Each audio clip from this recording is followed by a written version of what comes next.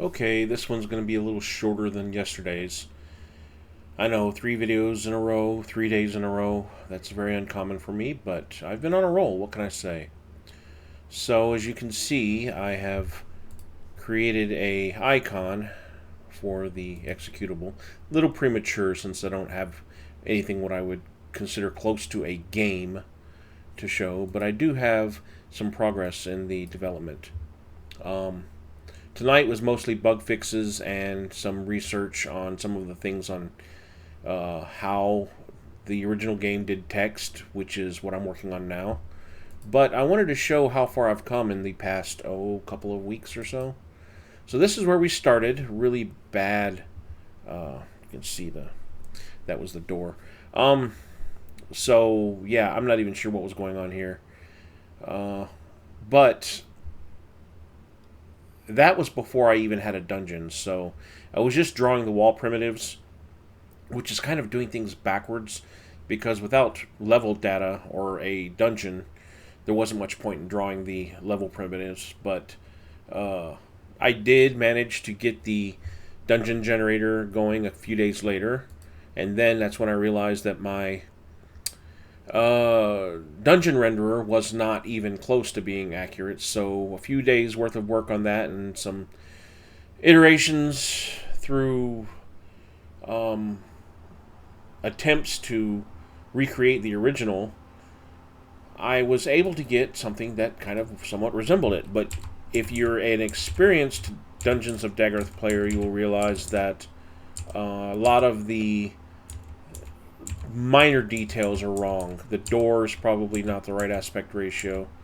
Um, there's no line at the top of the screen.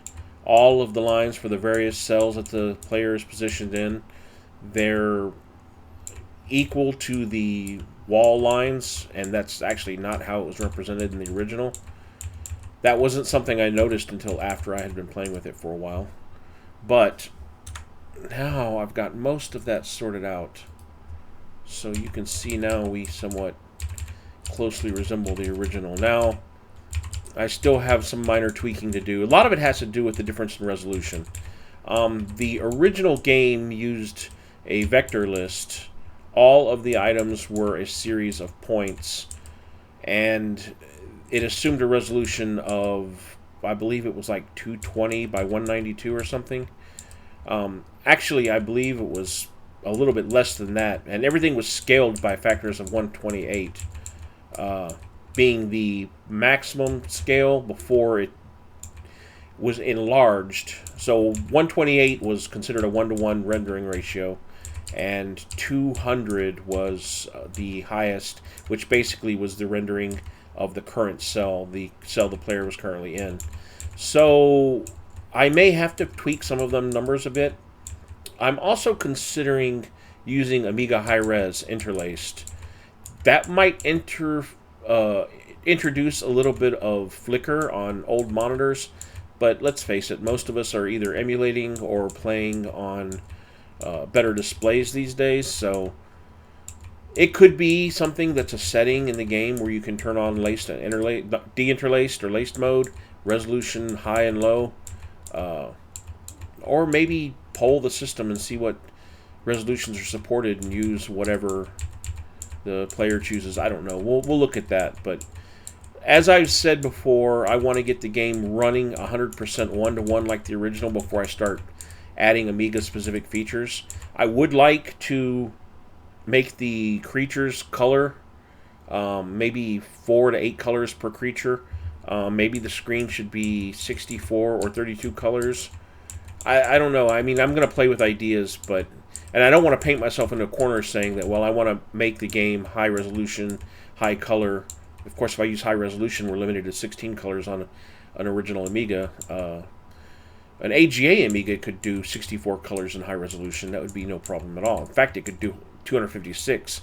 I think pretty much any Amiga would have enough memory to run a game like this in 256 colors high resolution, but I just don't think there would be a whole lot of benefit to making a game like this with that kind of fidelity.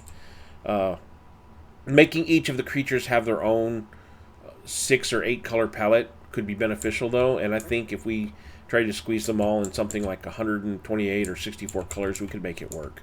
I don't know, ideas, just throwing thoughts out there. If you've got input, put it in the comments below. I would love to hear what it is you would like to see in an Amiga version of this game. I will say that at the bare minimum, I want to introduce CD32 pad support. I do want to keep the controls as close to the original as possible, so it isn't going to be turned into a button mashing action adventure. It's still going to very much be based on the time that was set from the original version, which they had these jiffies and ticks that they used for everything, which is why you've noticed if you ever type AR, AR, AR, and press return, all the attacks happen on your, quote, turn. There's like a tick system going on where the game is real time, but all the creatures and the player and everything have a certain number of moves and events that they can do per frame. So I'm going to try to keep the game as closely timed to that as possible. Should be pretty close. With the Amiga, I can actually have multiple timers, not necessarily timing everything to the refresh rate like most games do, but I can actually set up other timers and have jiffies and game ticks and everything else on its own individual timing system. And I can try to synchronize that to the internal timers completely separate from the refresh rate of the screen. So the screen would be updated 25, 30 frames per second depending on NTSC or PAL, but the game logic would still maintain its tick rate. So that's one benefit of doing it that way, is not really tying the game speed to the refresh rate. You'll play a lot of games that are on PAL or NTSC machines. They're made for one or the other, and they end up playing either too fast or too slow if you play them in the wrong region. I'd like to avoid that with this game. The timing aspect of it, the real-time events that were part of this game are part of its stress and its challenge and the mood that it sets. So even if you're using a CD32 pad, I kind of want to map things so that they're analogous to the actual keyboard inputs. So like pressing forward would simply type M space F, return. So it's basically like typing the keys every time you press up. Turning left and turning right would, of course, be the D-pad, and pressing down would be turn around. You turn around in a hallway. Turning left and turning right, moving forward, turning around. Strafing, I guess, could be the shoulder buttons, but I kind of wanted to use the shoulder buttons for use left and use right. But I could also use the 4 fire buttons for use. So you could put use, press the use button, and press left and right, or D-pad left and right. You could use either, I guess. I don't know. Another thing is I could make the buttons remappable, so players could choose how they want to control the game with the D-pad. It would also be nice to have mouse controls by putting like icons down the side of the screen. Left hand, right hand, put a backpack up here maybe. Of course, your heartbeat will be on a little row right here. You have your heart right where my face is. So you'd have the command line down at the bottom. Another thing is the game will probably be the same size on NTSC and PAL, but since PAL has a few more scan lines at the bottom, I think it would probably get one more line of text. This is something I'm kind of thinking about. Or the screen will be the same number of scan lines on both systems, and I'll just shift it down a little bit to center it on PAL. I'll look at both options, but again, if you've got your opinions, put them in the comment. So yeah, that's kind of where I'm at right now. I have to say, I honestly did not think I would get this far, because when I started exploring the idea, it was really just something to take a break from Fuselage, since I'm at a really tricky point in Fuselage development right now, converting everything from Raylib to Vulkan. And it's been a learning curve on multiple fronts, because I'm learning Vulkan. I'm decoupling everything that was based on Raylib from Raylib to system native functions, which means I'm learning stuff about Windows input handling, trying to catch up on how Windows handles sound, trying to make things as OS native as possible, and I'm going to replicate that work on Linux and Mac as well. So there's a lot of reading involved, and I would be lying if I said that I'm really confident that I can get any of that done in any reasonable time frame. But as I've said before, I'm not answering to anyone. I don't have a boss. This isn't a project I'm doing for money or income. I have a main job. I have, as far as income goes, I'm self-sufficient. I'm good. I don't need to worry about income from Fuselage. However, it means that Fuselage is always going to be second to my main job.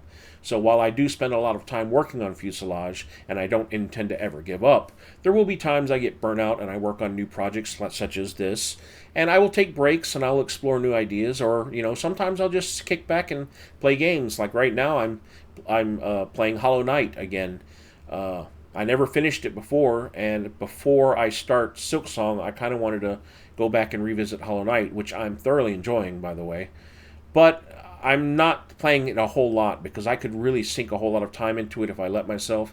So I played a little bit here, I work on this a little bit, and I'm working a lot of hours at work. So that's where I'm at with this. Just thought I'd give another update. This one's probably longer than usual. I wanted to make it a quick one, but, well, I got rambling, so here we are. Anyway, I'm going to go ahead and end this now because I've got really nothing else to say and nothing else to show. So you can let the algorithm from YouTube take you to the next video, wherever that might be. Maybe it's one of mine, maybe it's someone else's. If it's not one of mine, it should be. And you can subscribe and like and tell your mother that she should come watch this video. My mother's probably watching this video. She's probably one of the only people that is watching this video, but you can tell your mother to watch it too. Right? And your dad, and your brothers and sisters, and your boss at work,